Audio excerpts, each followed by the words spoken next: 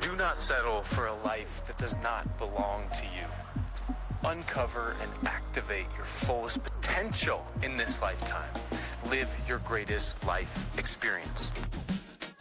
This is the Full Potential Living Podcast with Coach Eric Ferguson.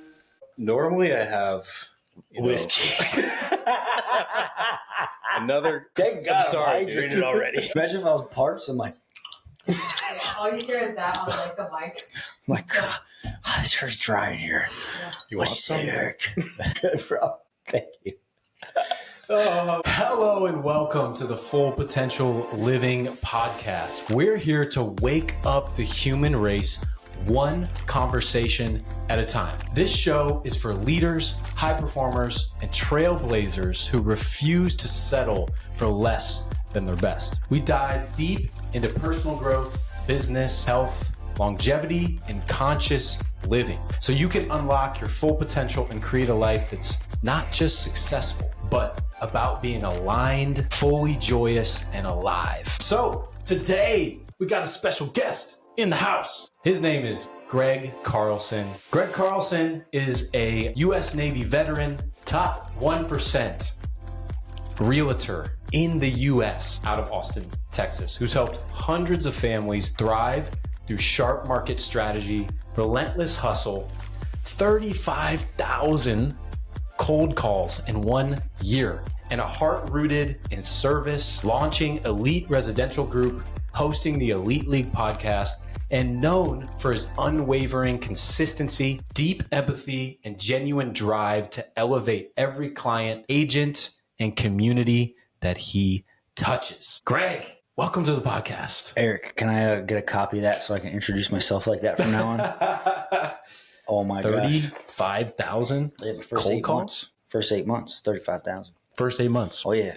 Yeah, dude, sent it. What happened the last 4? Yeah. I wasn't in real estate. I didn't have my license yet. So it was 8 months of the year. Yeah, dude. Wow. How many is that per day? Where's my calculator? You ask me hard questions. Tell you said it's going to be easy. Oh, dude. Yeah. Yo, let's go, bro. We're about to send it right now. Jeez, what's on your knuckles? It's a nice ring. State championship ring. That's cool. Man, you know the first time we met? I know. I remember like it was yesterday. You're going to just keep making me laugh. So the first time we met, What is this guy? yeah, I walked up to the table. You're at one of the tables at one of these networking events. Yeah. And I couldn't tell if you were like kind of BSing me or if you were being genuine and straight up. Sure, I get that sometimes. Like, because the way you were saying it, I was like, I couldn't tell if you're like, I was like, who is this guy? He's always fired up. I'm like, is he BSing me? But It's just my way of having fun. yeah, Yeah, I came keep people on their to toes. understand that it was genuine. So Here we are now, here we are in Austin, Texas. living our full potential. For some reason, everybody thinks that, we're related. What's up with that? Are you my brother? Are you elite? Come on now. Well, so what's new and exciting in your life? Tell me a little bit. You really So wanna know? We'll get comfortable here. You really want to know? Yeah. All right, let's talk about some principles, shall we? Because I'm really big on principles. I think that they lay the foundation. Straight into principles? Yeah. All right. Yeah. So one that comes to mind is success can be very mundane. Have you heard that one before? Your man Darren Hardy said that. Man, that's some of the stuff we're getting into today. I know. That's why I figured I'd bring it up. Yeah. Success is mundane. So what do? Right? I have 3 pillars in my life. One is my real estate practice. Right? I'm hitting base hits, making those calls every single day. Yeah. Base hits. For 8 years, doing the same stuff. My podcast, once a week, every week. Sometimes twice. Sometimes you text me on like Sundays That's right. and you're like, shooting 3 podcasts today. Sometimes. Sundays. You just got to batch. Because if you're taking a day off, you got to have your stock full. I see. Like Walmart. And last Gotta have your stock. is the mastermind group that I host. Yeah. It's geared towards entrepreneurs that are working to get over that $500,000 a year hump. Those 3 things, I just go all in. When I watch YouTube, I watch either real estate YouTube or podcasting YouTube or mastermind host YouTube. So I just, not just the consistency and the monotony of it, but also the immersion. I focus a lot on what kind of content I'm absorbing. Okay. That's what I got going on right now, bro. Okay. Oh, and I got That's new and exciting in your really life? fired up girlfriend. Oh, yeah? Tammy. Where's she at? Right over there. Right over there. Oh, yeah. That's the For fourth another leg. camera. Yeah. Yeah. Wow. So where do you feel like you're at in your life? Do you feel like things are kind of coming together? Or do you still feel like all over the place? You know, my metric for that, I think most people would focus on some kind of outcome to give an answer like that. Mm-hmm. My response is based on how well am I playing my game, right? So the process. Correct. Amateurs Nice. focus on the outcome, where professionals focus on the process. I love it. So I'm constantly asking my questions around what can be better. What about this system needs refinement, revision? What things need to be taken out? How many more things do I need to say no to get to the yeses that I want, right?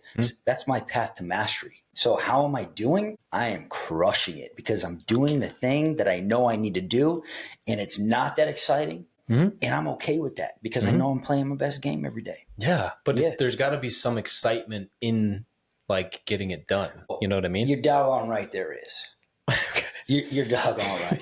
Okay, so in a baseball game, right? Coach, what's his name? He said it's not whether you win or lose, it's how you play your game. Well, you might make an awesome play. That's pretty doggone exciting. Yeah. And for me, I get to make good plays all day long. Ever since I become an entrepreneur, I've never had a boring day. Never. No. You've had some traumatic days, some good days, some great days. Oh, yeah. Never boring as an entrepreneur. No. Right? No, because you're always learning. Yeah. There's always something. Well, I think that's worth capturing for people out there because that is something really valuable. And just so you know, most of the people out there that listen to this podcast, when you look at the metrics, are between 25 and 45. Now I have some family, some friends other people that are, around that age, but most people are high performers wanting to live their full potential life, wanting to take their business to the next level, wanting to take their whole life holistically to the next level. And I feel like that's a principle that's not always, talked about, but it's super important for people to hear that. Sure is. You know what I mean? That's why Because we're here it's today. easy. Send the word. Yeah. It's easy to look at the distractions and get caught up in the results. I mean, we You know can what I'm talk saying? about distractions. Yeah. But I know you got more questions. So tell me that. Oh, what would you like to know? As far as so how do you say no to things then? If saying no is the key to you staying on track for your goals, then how do you consistently say no? And what are you saying no to? Yeah. So the driver for me, where I get satisfaction and gratification to saying no, is my appreciation for discipline. That's what sets me apart. That's what makes me special, different, unique, right? And I know that in order to be successful, you have to be different. Yeah. You have to. Yeah. So ask yourself the question, what do I need to do today that's different than most? Right?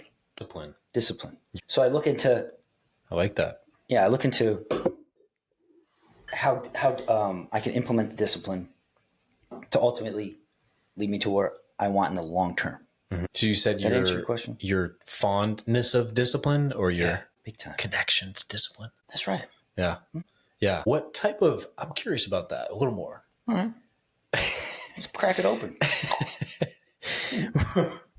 What do you feel like, what kind of emotional kind of experience do you have when you are disciplined? Like there's got to be some emotion that comes from that's like more like fulfillment, not necessarily like happiness in the moment, but what do you get from that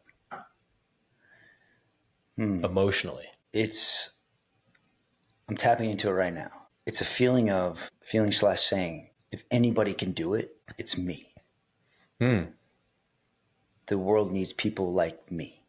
There's people out there that need help, that don't have what they want in life. I'm here to help them. That's beautiful. I feel it in my bones. Yeah, I can see it. I feel like that comes from your soul. Yeah. I'm seeing your soul right now. Take a picture. It's actually wild. Yeah.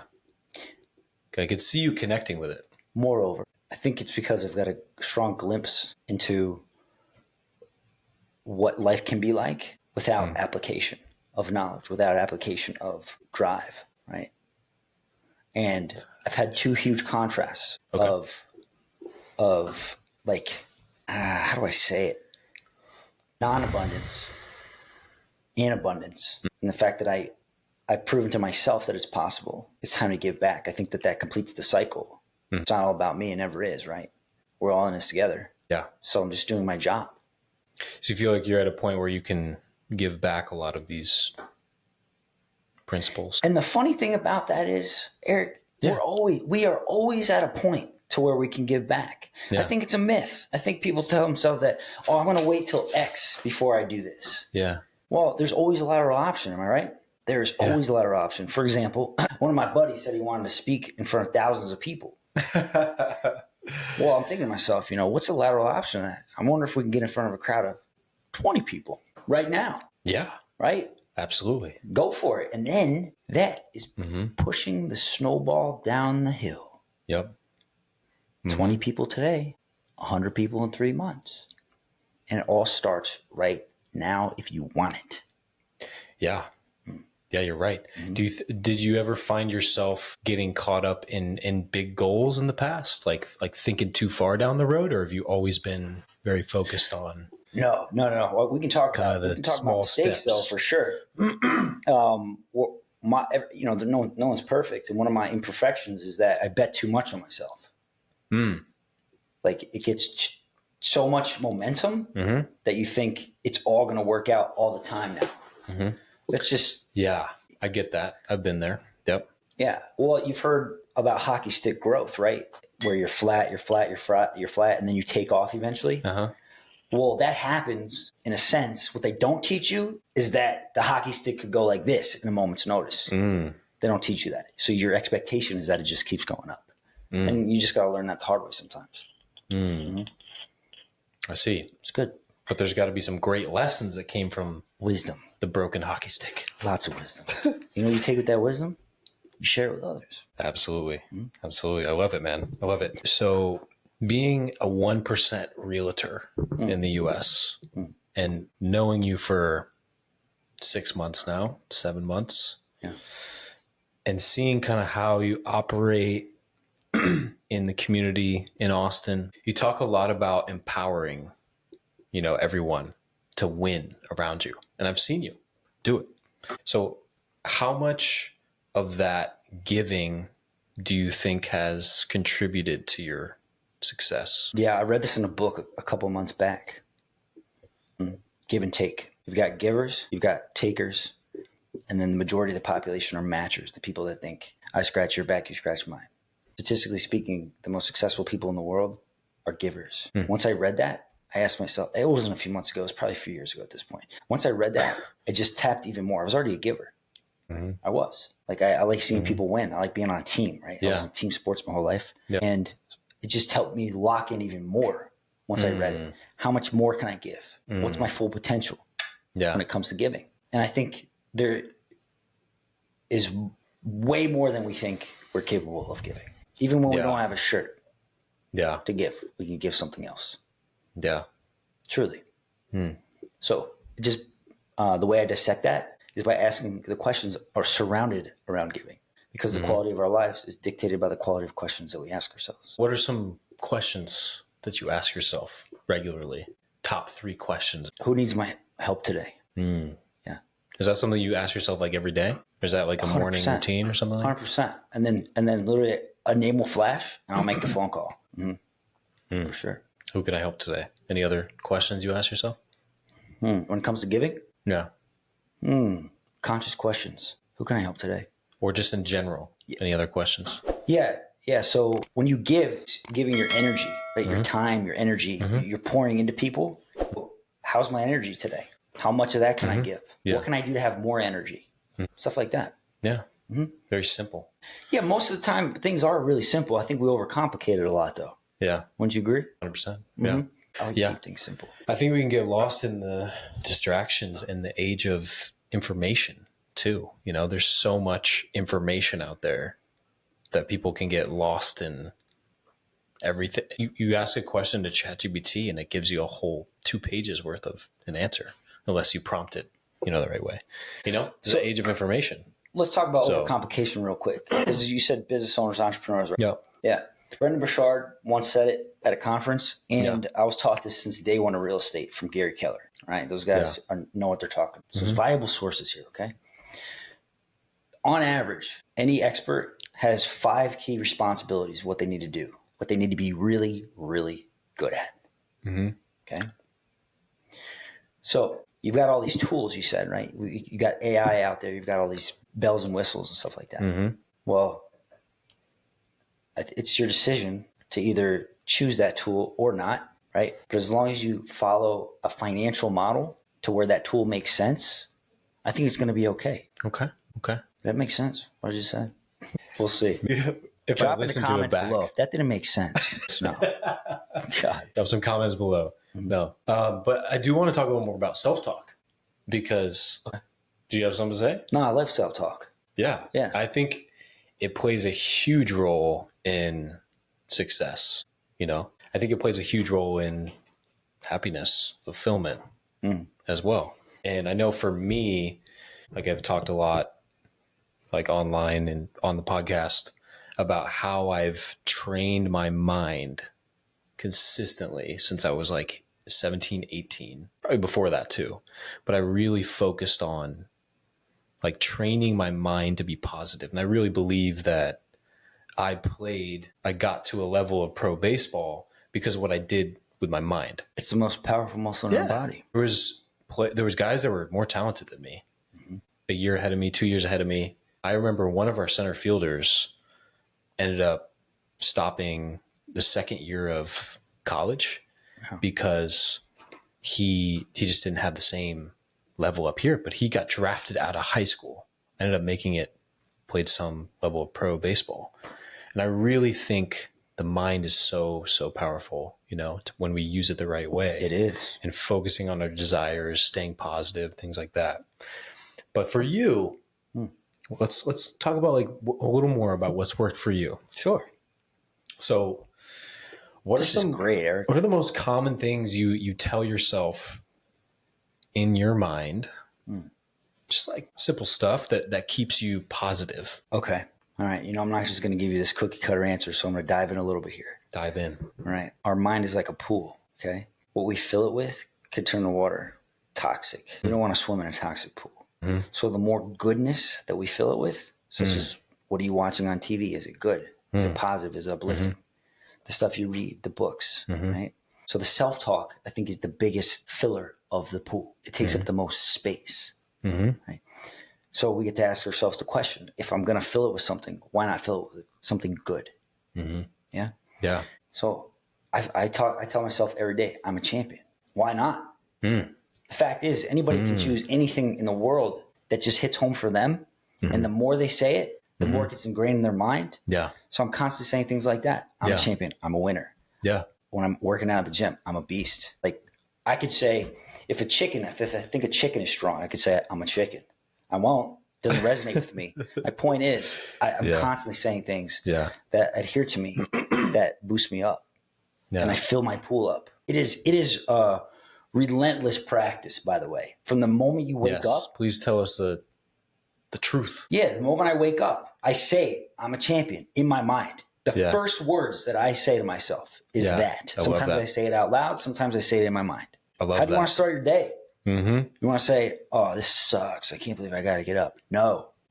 Because we have choice, we need to express choice as an adult, as a professional. So if you're going to choose something, why not? Another powerful question. Why not choose something good, uplifting? All right. Beautiful. Yeah. Thought you'd like that. I'm a champion. I'm a winner.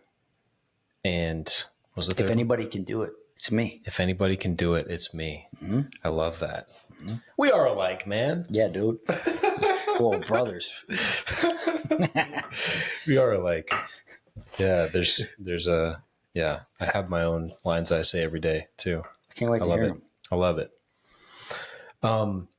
Okay. So why don't we talk about this? Oh, is this a surprise? Can you tell everybody out there, can you give us something that maybe even people in Austin, maybe even your girlfriend, give us something that people don't know about Greg Carlson, like something juicy. Interesting. Something juicy, something that that I might be challenged with. Yeah. Yeah. Okay. Well, I've got obsessive compulsive behavior tendencies. Yeah. Ever since I was a kid, like when I grew up, I was tapping the staircase up and down, bro. Yeah.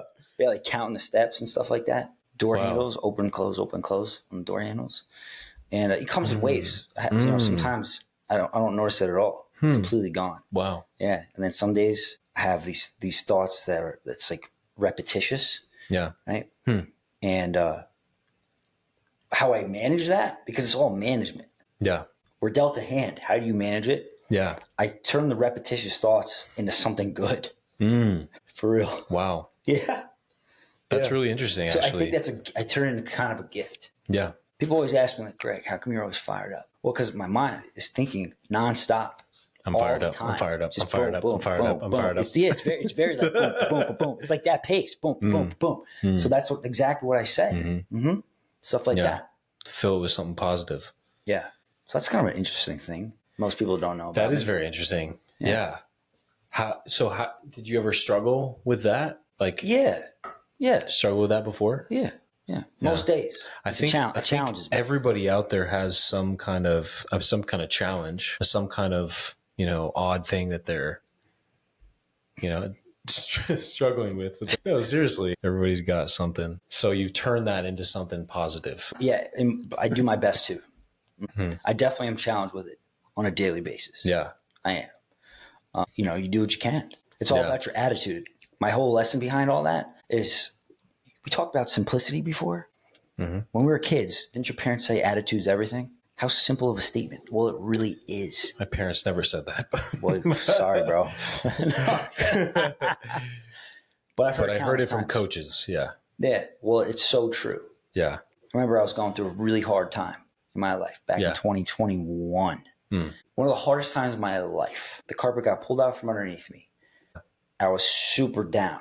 Well, I went to the office. Divorced? Yeah, and I went to the office every day to get out of the house. That year, I got a peer-elected award called the Eagle Award. It's for the person that exemplifies the culture. So all the people in the office were seeing me, and I remember I was helpful for so many people.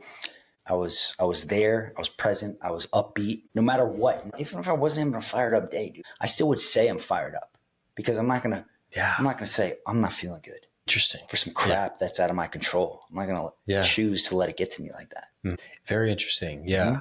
Because it's kind of like remaining, just remaining steady, remaining positive no matter what. But do you feel like there was any kind of emotions that you were sort of pushing down, like denying or neglecting, that maybe you have to like process later because of that? Yes. And I do make time to do that.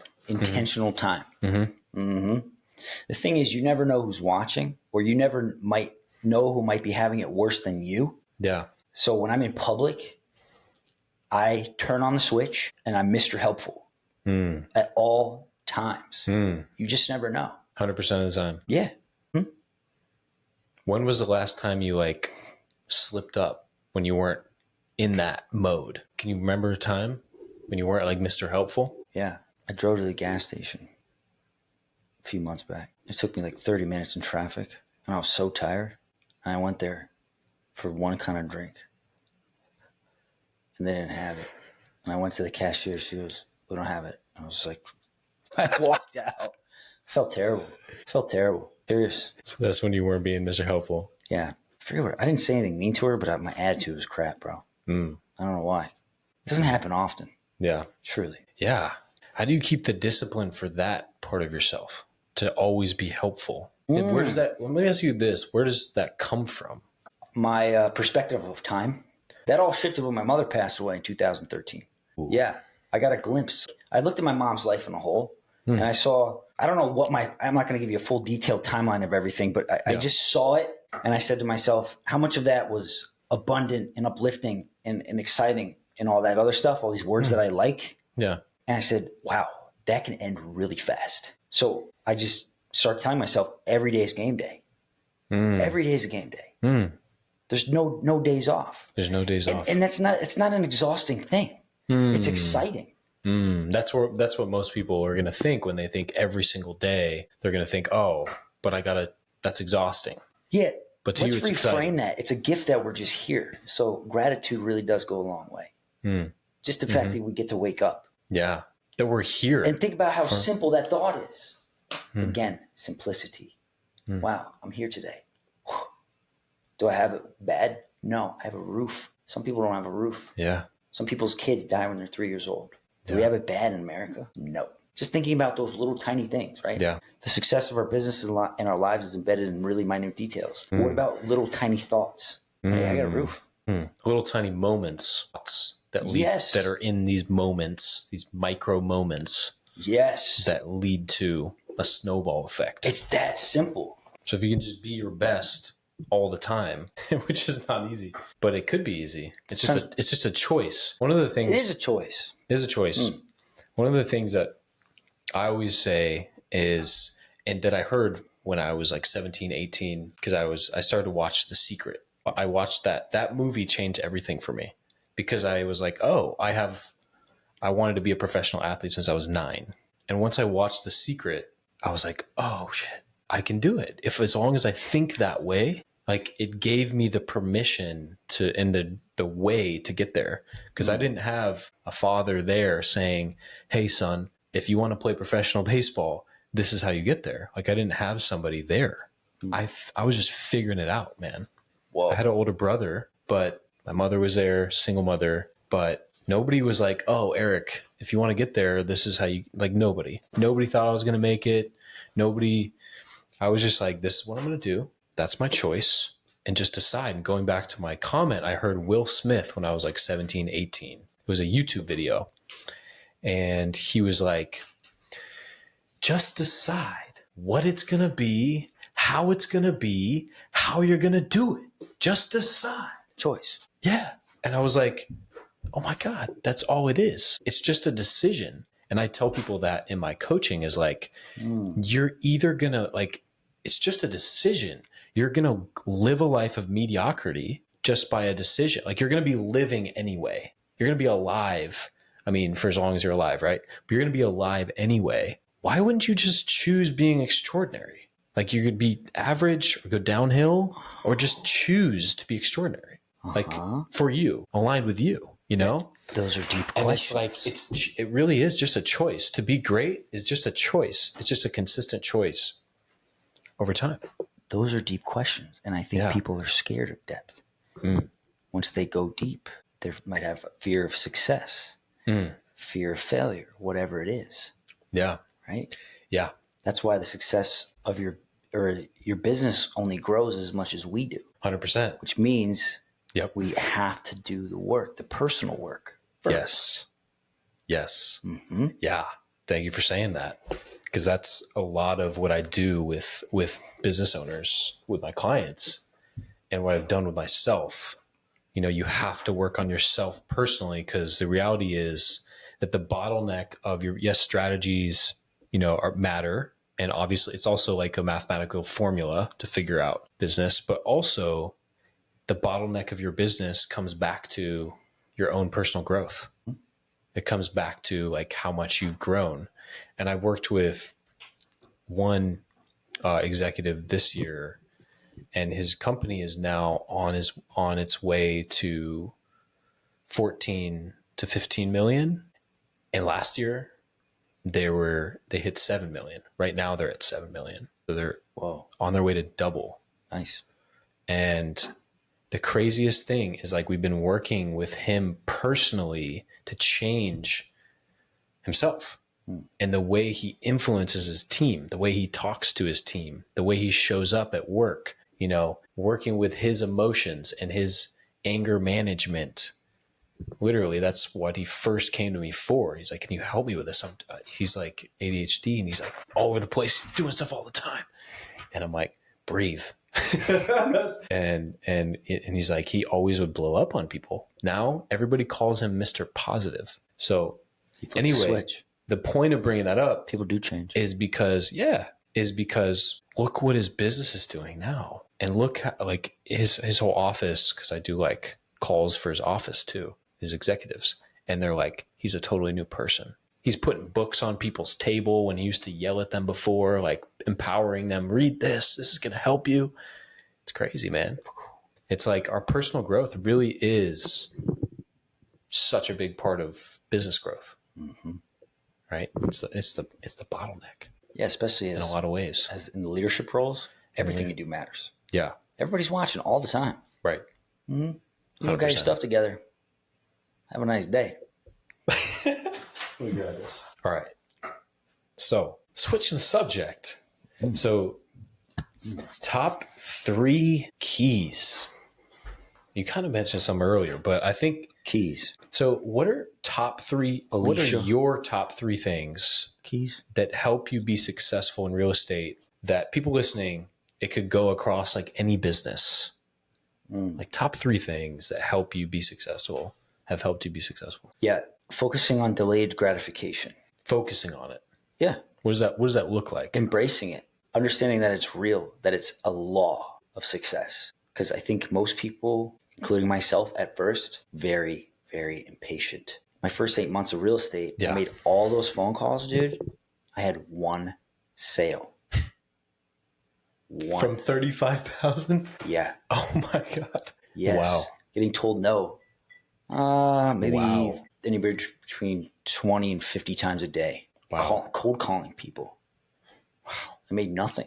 I lost money, actually. I got 1 check that year, but in theory, I lost a bunch of money because you got to keep the lights on, you know? Yeah. Wow. But you came back year 2.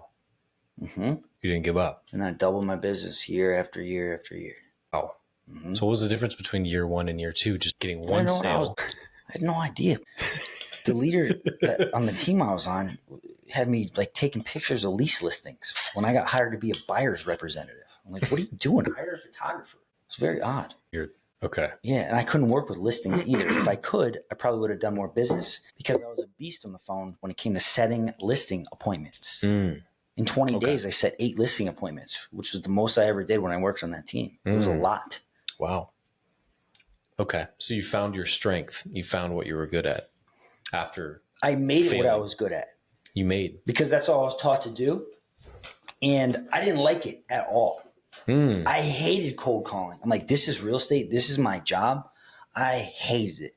But I knew that I was going to do whatever it took no matter what. So I showed up. I was the first one in my office. Literally the first soul in the room. And I would have script practice phone calls with realtors from around the country, Chicago, New York, Phoenix, whoever it was, whoever would take the call at 7:30 in the morning. And I became obsessed with scripts because what I was taught is that that's your gateway to having good conversations. So I would write them out. I do whatever I could think of to be better at that. Like all the stuff you see in movies, right? People going the extra mile or doing things differently, unorthodox. Well, that's what I was applying. I'm like, if that's what they'd have to do to win, well, I'm going to just do it too. Yeah. Wow. You know, again, simplicity. If somebody else did it, just do what they did. Yeah. It's a pretty simple concept.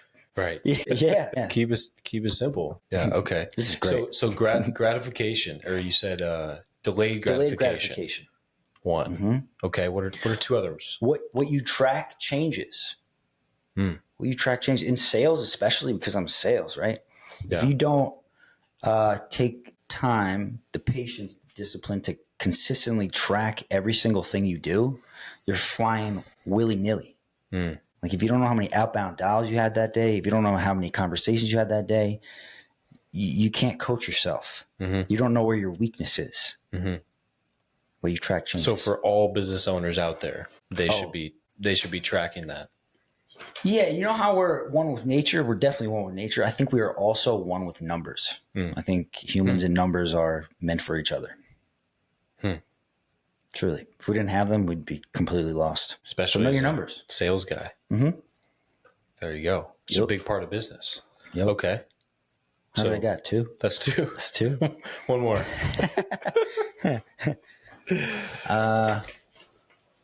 Delayed gratification. Oh. Specificity and focusing on the small details. Just when you think you've done good, ask yourself how you can be better. Is that a quote? No, it's not. I just thought of it right now. But that's something I ask myself all the time. And it keeps you from getting overly excited, right? That's like an amateur move. A professional remains stable in the good times and the bad times. It's like, okay, great. I just closed this $1 million sale. Yeah. How could I have done it better? Yeah. And then improve the client experience. Keep going. Next. Right. Mm-hmm. I remember being in sales, in solar sales, and there was sort of this like calmness that would kind of come over me when I would close deals. Mm-hmm. And it would be something where it's like the biggest deal that I ever closed in solar. But there's kind of like this attitude that you have to have, you know, which is not normally like always who I am, but I would just get in that mode of like, it's no big deal. It's business. It's just like, That's what you're here to do. we're just going to close this. No big deal. Even though it's the biggest deal of your career, but it doesn't feel that way. You know, it's like keeping cool in those situations. So I know what you're talking about. Did you feel the excitement still? Yeah. You can Good. feel the emotion. Yes. You can feel like, Whoa. okay. Like nice. Yeah. Yeah. Yeah. It does feel good. It feels freaking awesome. Yeah. Yeah. I mean, then you like fist pump after and, you know, but while you're with them, you keep it cool. Always. Keep it cool. All right. Play it cool. So that's number 3. Yeah. That was a great question. Thanks. Oh, thank you. You're a great host. You are too, man. Thanks. I was on your podcast. That's right. So tell me about, you kind of briefly mentioned, but tell me about, we've talked a lot about success, but obviously there's been a lot of challenge and some low moments in your life as well. First of all, what do you feel like is the lowest moment, the most challenging time in your life The most challenging? so far? Yeah. Yeah. My mother's passing. It wasn't just the fact that my mom died. It was the fact that the lens I saw my familiar unit through, right? This was the story that I told myself. I kind of had a chip on my shoulder towards my father at that time because he was very up and down, like rough around the edges, hard to connect with, right? And then once my mom started dying, I said, he was finally like the dad I always wanted him to be. So I was like, it took you this long? It took for mom to start dying for you to be like this? So it was that anger, right? Which is no good. And then my mom's life, you know, it's like she worked 9 to 5 every day. She took me to my baseball games on the weekends. You know, she didn't travel much. She didn't vacation much. I didn't know you played baseball. Yeah, dude. Of course I did. We did everything. Of course you did. You and I, you grew up over here though, and I grew up over here. Everything was the same. Yeah, what's up with that? Yeah. What was your 5th grade teacher's name? Mr. Thompson. Same here. It was Miss Sanders. Miss Sanders actually was her name. Shit. Huge thighs. For some reason, we remember that. Throwing up Miss Sanders. She was really awesome. That's just what comes to mind. It's like massive. Sorry, I don't know if that's polite, but Yo. we're probably going to cut that part out. Hey, it is what it is. You're a kid. You know, you see things the way they are. You're right. It's reality check. It was. We all were just like laughing. Anyway, down the hall, Mr. Thompson, every single day in 5th grade, he would get his guitar out and he would sing these, I'm trying to remember what the names of the songs were, but he would sing these songs to the 5th grade class at the end of the day. And then we'd always walk in and want to like join. Yeah. And he would just be, he had this big beard, white beard, and he would just sing to the students. He was the man. He was the man. Every now and then you get some cool teachers. Yeah. Mr. Thompson. Elementary school, man. What you do to have a coffee with him today, right? Yes. That's great. So The most challenging time in your life was 5th grade? No. That was a good year. Great. No, you said your mom passed and your dad was like, no. Yeah. Because also the internal dialogue was that she got shortchanged, which I think is another big driver for me. Like to do as much as possible with every single day. Because again, once you have that perspective of, it can all end now, you don't know. Yeah. Well, that just impresses an unwavering sense of urgency. Yeah. So that just carries with you. So for people out there that maybe didn't have something like that happen, I'm sure they've had some things happen in their life, but how do they get that sense of urgency that you have? Because one of the things that high performers do have, one of the 6 habits, is necessity. They have this level of necessity that makes them do things like you do, right? So how do people get that like level of urgency? I think they need to figure out exactly what it is that they want. Just doing that, though, is more challenging than one would think.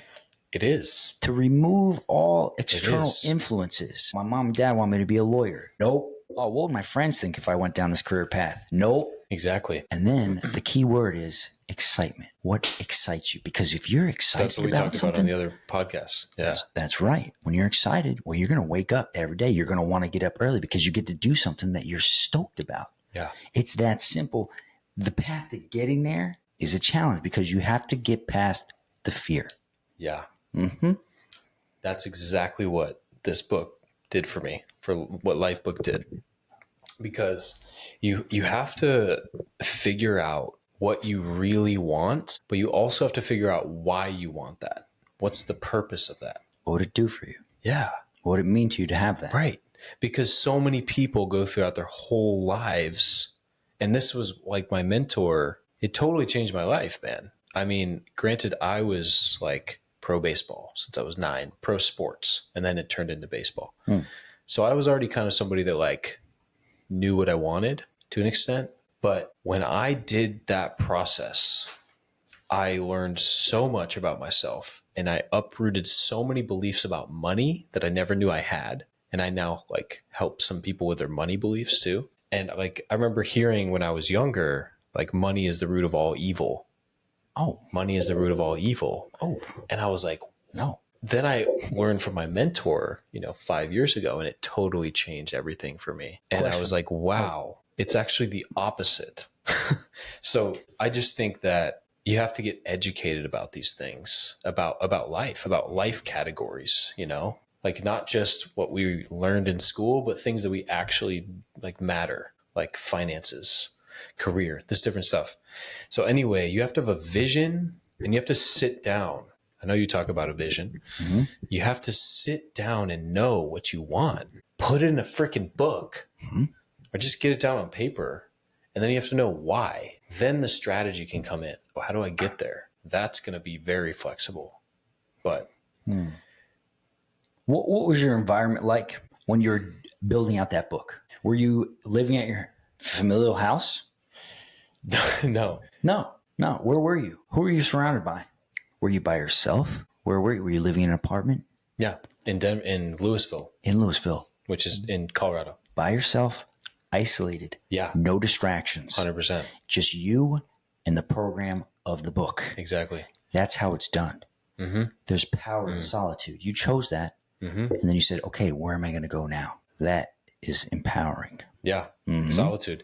Yeah. It was like the end of 2020. It was actually kind of a wild story. I don't need to necessarily tell the whole story, but it's basically an entire month where you go through this process because you go through 2 categories a week and you write your vision, your premise, and they're like hour-long videos. It was a lot of fun for me because it was at the end of the year.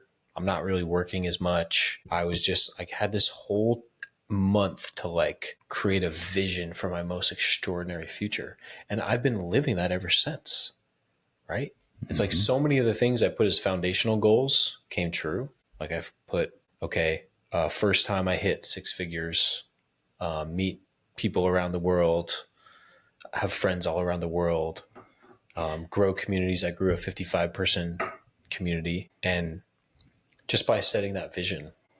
But I came had a with a whole month cost. to do that. Came with a cost, right? To was you, fun. a month is nothing, perhaps, and you enjoyed the process. I loved Somebody it. might look at that month though and say, "No way, I can take a whole month just to tap into all that stuff. No way. What am I going to miss out on? What kind of parties am I going to miss out on?" Right? When really, it's like everything that we really want out of life comes with a very small price to pay in the short term. It's about giving all that stuff up. You gave up a whole month, but look what it did for you. Yeah. If you think about it, it wasn't even a full month. I mean, I was watching videos in the evening, you know? So it's like watching videos and writing my vision in the evening, but I was like doing some work during the day. So it's not like it was like 24 hours a day or something, you know? Oh. I thought it was you were like- locked in a room, dude. That's the vision I had of you. It was Hello? probably like a good like 4 hours a night though. Yep. You know? And 3-4 hours a night. commitment. And I was like, absolutely loved it. I was just like, oh, I was learning all these things. I remember I put this, I lived in a 1-bedroom with a closet, pretty big closet. And I had a projector, and I put the projector like on the floor, and all the videos I just played like on the ceiling. And I just like sat back and I was like, oh my God, I'm going to change my whole life. And I'm like writing in my book. And I absolutely loved it, man. Yeah, you were filling your pool, your mental I pool up totally with good was like- stuff. Moving It's all crazy. Lifebook online. Check it out. It'll change your life. that. Code Eric for 15% off. I used to actually coach people through it because it's only like $500 to do the whole thing. And then you have it for life. That's great. But I used Not to bad. coach people through it. Anyway, That's not bad. knowing your vision, knowing what you want. I think what you said there was really valuable. Like most people think, oh yeah, like you're supposed to know what you want. And there's a lot of people that say like, figure out what you want. But it's actually more difficult than we think to know what we want because we have other people's impressions put on us from when we were kids. Oh, what's a good career? What's a good life? Well, their parents taught them to be a lawyer or to be a finance person, and maybe that's your passion, whatever, but somebody else told you what career to do, what life to live. It's crazy. How sad. That's like being in prison. Yeah. It's like you and I, like I wake up every day, like, let's go. Ready to go, man. Yeah, bang, the gun goes Yeah. off. Yes. Run. Yeah. And like I've been in times in my life where I've made a lot more money and now we're building, you know, but I'm happy every You're single happy day. because you're I'm playing so your best happy. damn game, dude. I'm so happy. Mm-hmm. And I'm like, I could be still doing sales and could be making a lot of money by now if I stayed in that. But I'm like, I'm really happy doing what I'm doing and I'm building something really valuable that's going to be more successful in the long term. You know, it's like, it's such a cool thing that I've learned, like, especially the last 2 years is like, it really has nothing to do with the money. Like, yes, the money gives me freedom. It gives me like have more resources to do what I want. But I freaking love every day. Yep. No matter what's in my bank account, like, yes, I want more. Yes, you know, It'll we can come. always grow. But like, I wake up and I'm like, I get to do what I want. I get to do podcasts. I get to coach people. I get to talk to executive teams. Freaking love it, man. Yeah. That's winning, I think. But it took me time to figure out, okay, and 5 years ago, I was like, oh my gosh, coaching, speaking, podcasting, writing books. That's my career. And I'm just like, I just figured it out, you know? Mm-hmm. Here we are. You found the excitement. I found the excitement. That is actually something very valuable to hear too. Is like people get caught up in that a little bit, like follow your passion. I like the word excitement for that. Because when you follow that and you figure out where that is and where your strengths are with that, every day you never work a day in your life, you know? Now, let's just join two pieces of the pie together real quick, okay? Because Greg and Eric? Did you just call us a pie? What the? No. What kind of show is this? So, you've got the money side of things. There's people out there that literally just work so they can make as much money as possible. Yeah. Okay. Which, I mean, that sounds kind of unfulfilling. You got people like that you coach, I'm sure. Yeah, They're just making a totally. bunch of money, but they're not happy. Right. Right. Then Right. you got people out there that don't make any money at all. but they're doing quote unquote what they love. I don't like either one of those. Yeah. I don't. Yeah. I think it is a little more complex. This one's not that simple. Right. You got to find that sweet spot. Find out what you love. Figure out how to monetize it, which there are ways to monetize. Especially this day and age. Just let that be known. Absolutely. Yeah. I want you to take vacations. Drop that mic. Yep. You're going to have kids that want to go see Disney. Yeah, no, that's actually exactly that's part of what full potential living is all about. Surprisingly, that we're on the same page.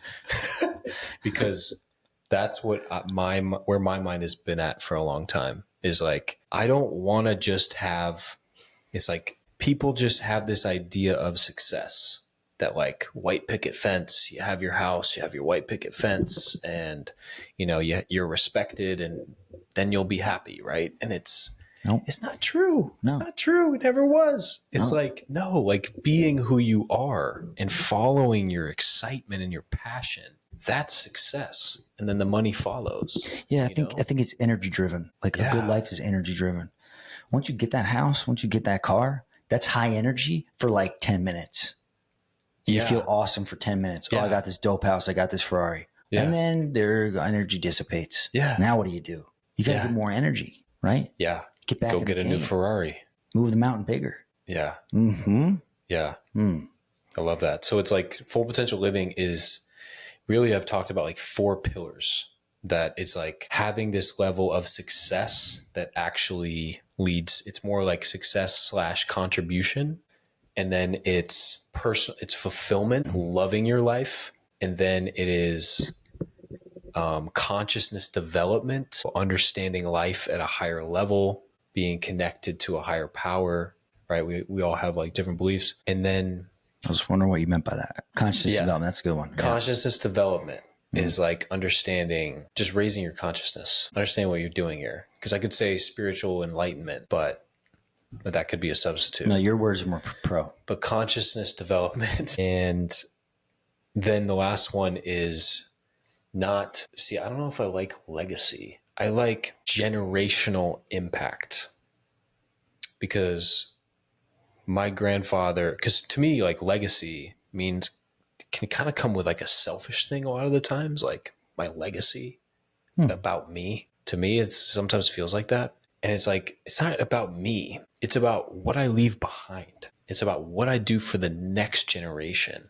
Like, let's think bigger and not just impact people around us, but think, how can we make the next generation's life way better than ours? So that's what full potential living is all about. It's success or contribution, fulfillment, generational impact, and then consciousness development. And I think those are the 4 buckets. If you're doing that, you're living a full potential life. Agreed. It's like more holistic. Is that your recipe? It's the recipe, man. I've been working on for a couple of years now. But that's going to be in your book for sure. Yeah. Yep. No, that's cool, man. Bam. But this podcast is about you. No, it's great. It's good. It's good. I've thought about it a lot because I'm like, I created this thing called full potential living, or God or whatever created it through me. And I'm like, okay, well, what is this about? Full potential living. I had to figure it out. What does it mean to live a full potential life? I can only imagine the self masterminds that you've had. I mean, the notes you've written I've gone deep. And the questions you've asked. For real. I've gone deep. Yeah, you've done the work. Yeah. Yep. I mean, I went to India to study yoga and like it's serious once you start going to India for stuff. Upanishad books that go back thousands of years. This is the Upanishads. It's a Hindu that goes pre-Hindu religion. These ancient books. I was reading out of them where they have like Sanskrit. Yeah. I wasn't reading the Sanskrit, but there's updated ones, the Upanishads. That stuff is fascinating. It goes like 6,000 years back to like when Buddhism started. Yeah. And when Hinduism started in India and Nepal area.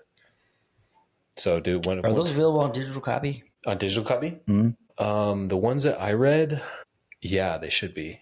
Cool. Some of the books that I got, like I was reading there, but yeah, some of the other books. I got so many questions about this. Dude, we gotta stay on track. Well, I got a lot of questions. Well, how'd you read it?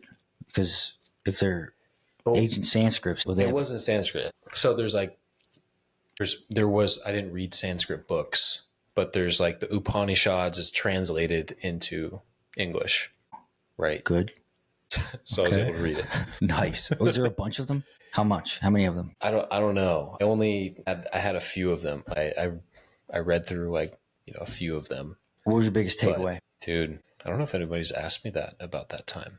That's an interesting question. Well, you're talking to a pro. Come on now. What was my takeaway from that time? Yeah. I found my purpose in life. I literally found my purpose. Well, let's get a little more microscopic. You're reading the Upanishads. You're in India. You're on a mission for yourself. Yeah. Of self-exploration. Yeah. What out of those books stood out to you the most that you can remember right now? This idea of enlightenment. This idea that we as human beings can reach this state of knowing. It's just an energetic state of all knowing where we're starting to understand what's happening on planet Earth at a very high level, what we're doing here, what God is, it's just this state of all knowing. And there's people on our planet that have a very high level of consciousness. They just sort of know what's happening here. Mm-hmm. You know what I mean? So when I heard that from Upanishads and Hinduism, I'm reading like ancient saints and rishis are like meditating like every single day for like 30 years and reading these stories about these people. And there's even these like crazy stories about them taking out their digestive like system to clean it in the Ganga River. Like they literally take it out and clean it in the river, and then they're able to somehow put it back in. These visuals Crazy, are right? very graphic. Very graphic.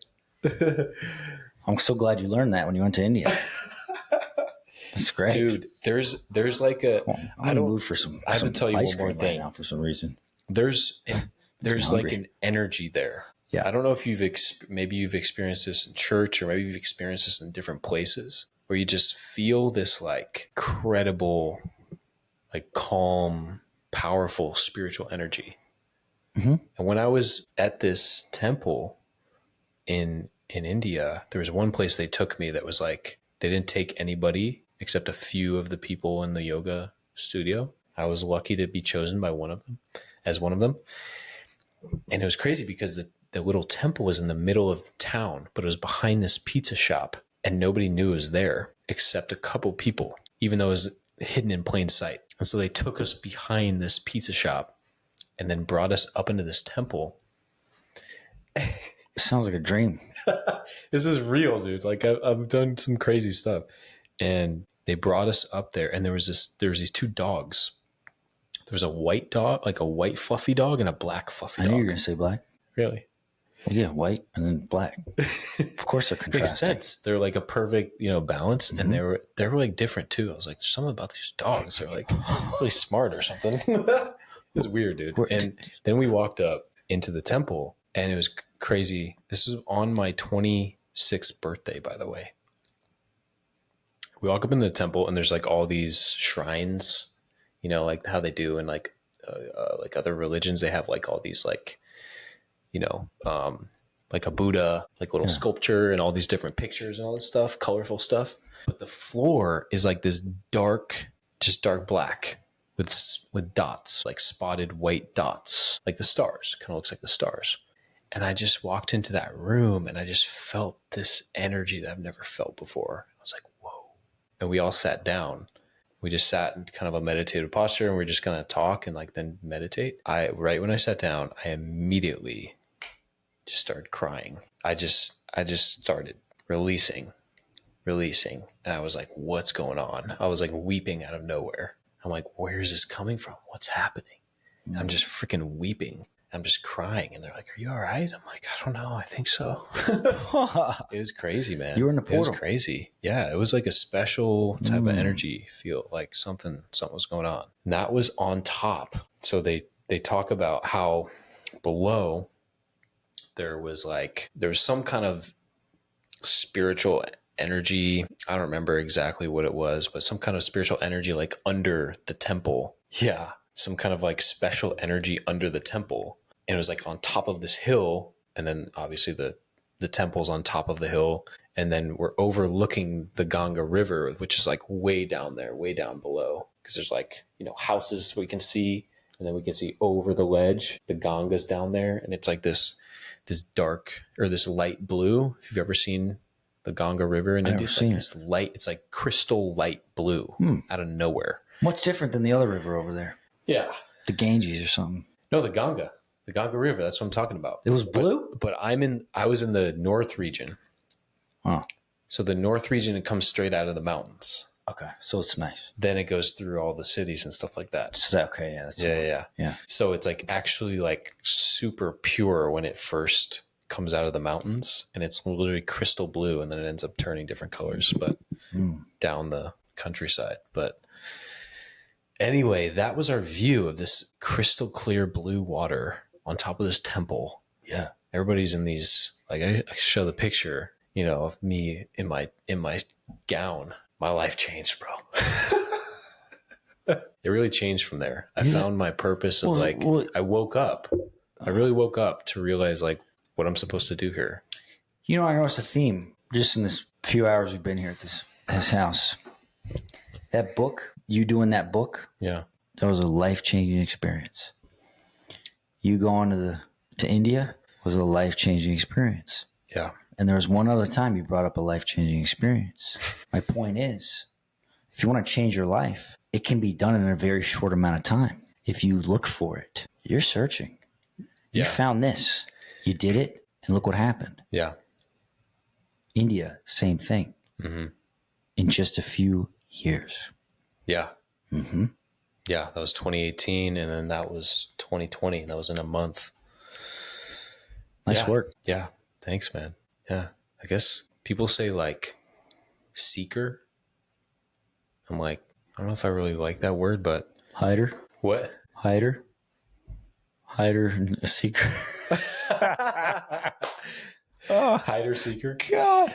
But I kind of am a seeker of like truth and but it's kind of turned into like a seeker of potential.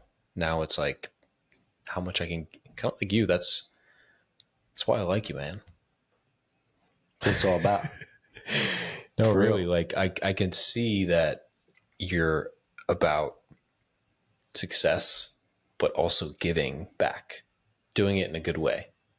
Yeah, you gotta do something with all this energy, That's exactly what I'm trying to do. Yeah. Just be really successful, doing what I love, and just make the world a better place.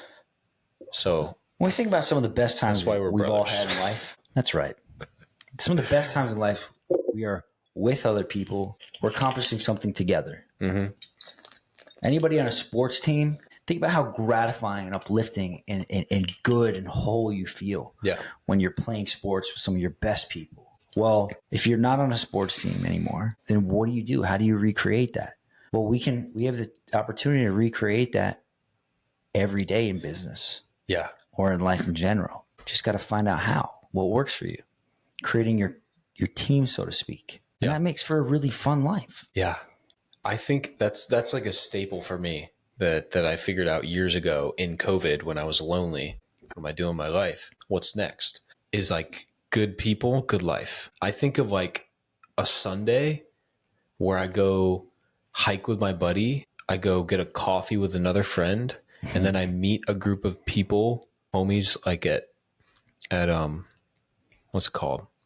The water spot. Oh, Barton Springs. Barton Springs. I don't know why I'm forgetting that. I go meet a group of people at Barton Springs. You know how happy I am from hanging out with all the friends for one day? I'm like, it's the pinnacle. Yeah. It's hard to beat. It's really hard to beat. It's like you have all these good friends and you go see them throughout the day. That's like one of the best parts of life. And then what happens when someone goes, well, I don't have a lot of friends? Well, then it boils down to personal development, right? It does.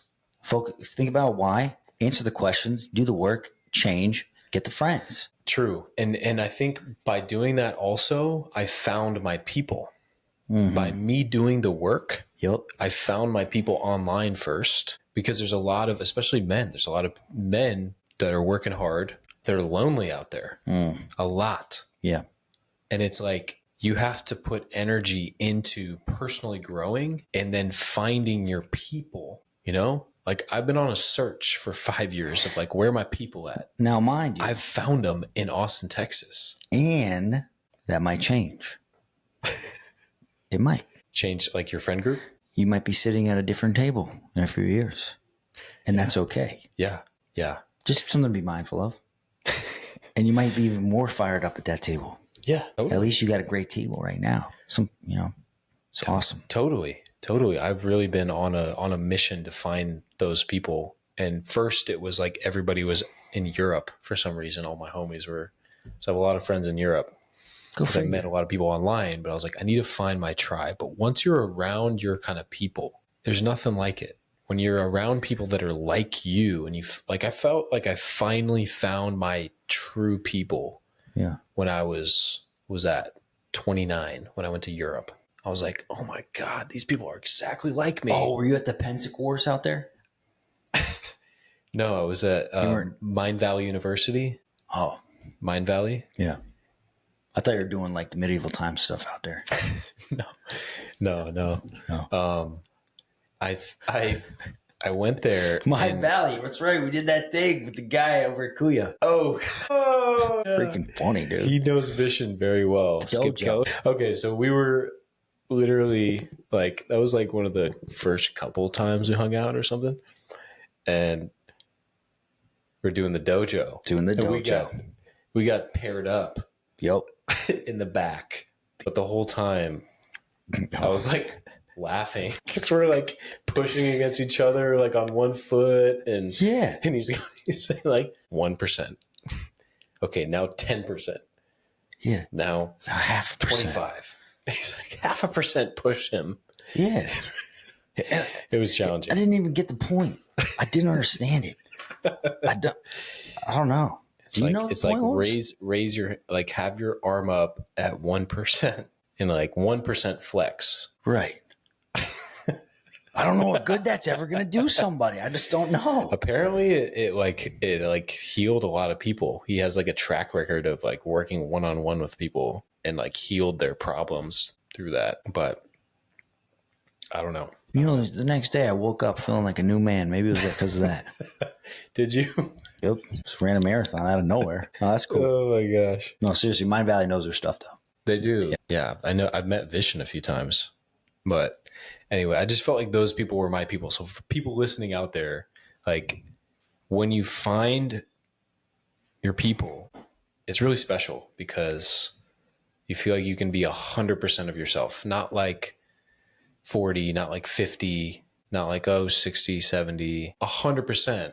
I could be all of me. I can be spiritual. I can be kind, but I can also be ambitious. I can be me fully, around, and those people sort of get me, and now I feel very similar with everybody, a lot of people that I'm around in Austin. In my 2 cents on finally that, in person. It's amazing. they might not be who you expect or want. Like in the sense of, if you have a vision, I want my friends to be like this.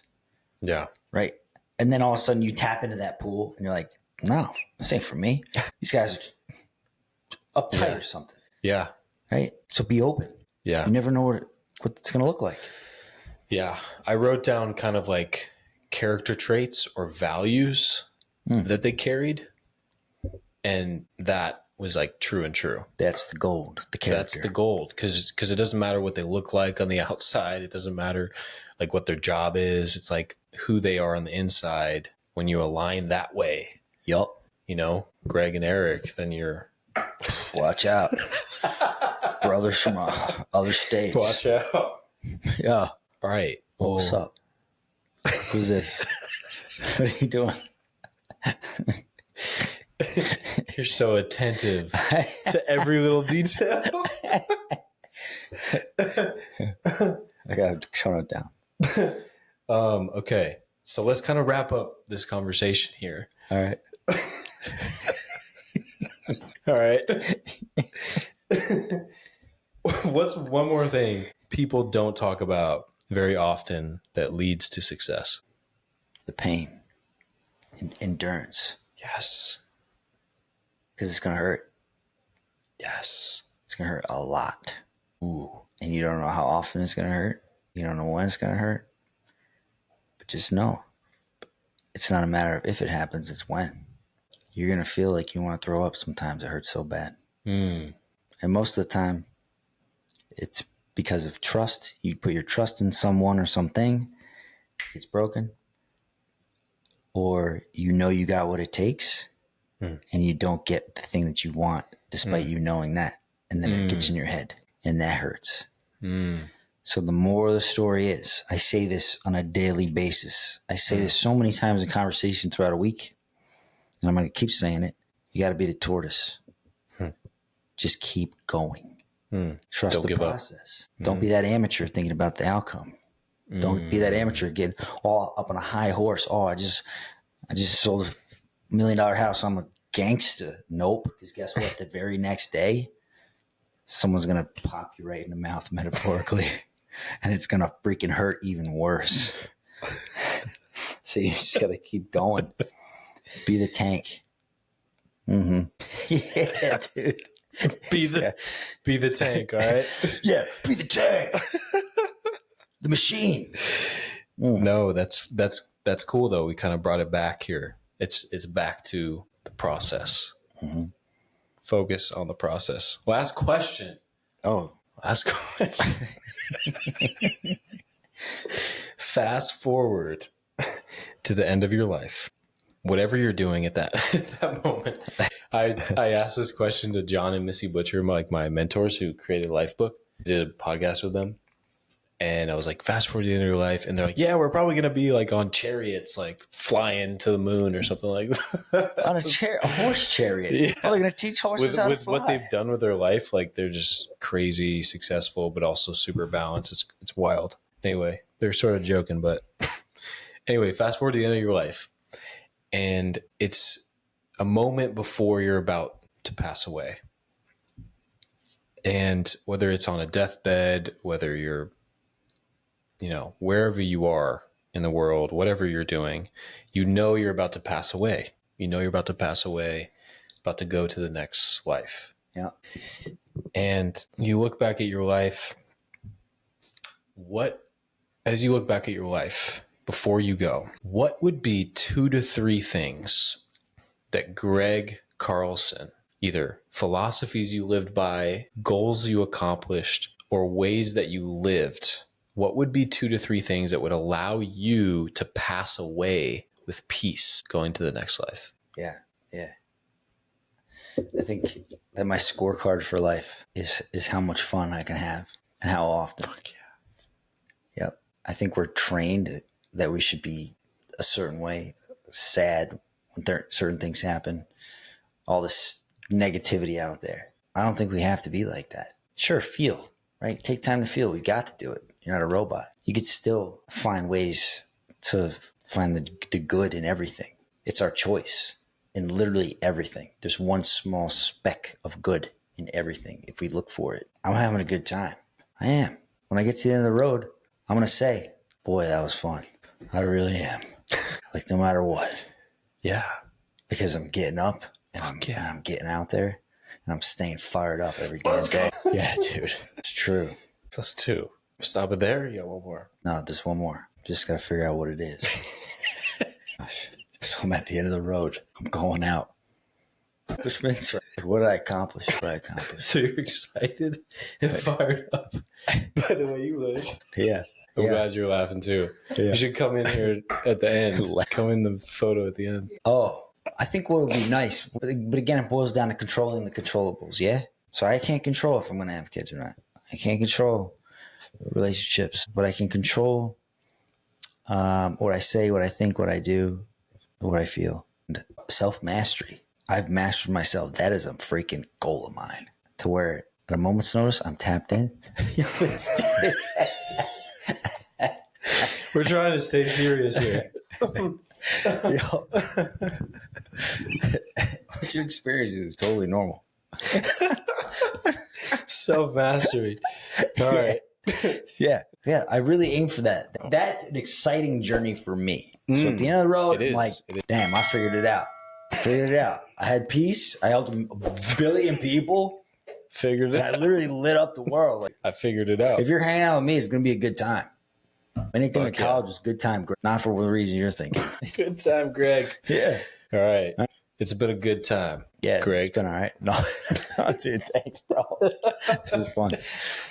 Anywhere people can find you if they're looking to buy a house in Austin or anywhere in the U.S.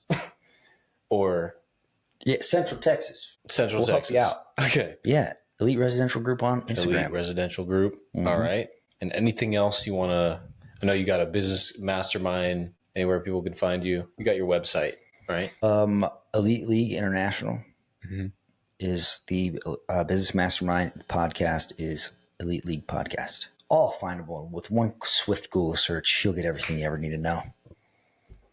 Gregory Hit it up. Carlson. You Look won't him be up. disappointed. Elite League Podcast. All right. Thanks for being on, man. My Appreciate pleasure. it. Stay fired up. Yeah. And remember, you guys, as always, do not settle full potential or nothing. Do not settle for a life that does not belong to you. Uncover and activate your fullest potential in this lifetime. Live your greatest life experience. This is the Full Potential Living Podcast.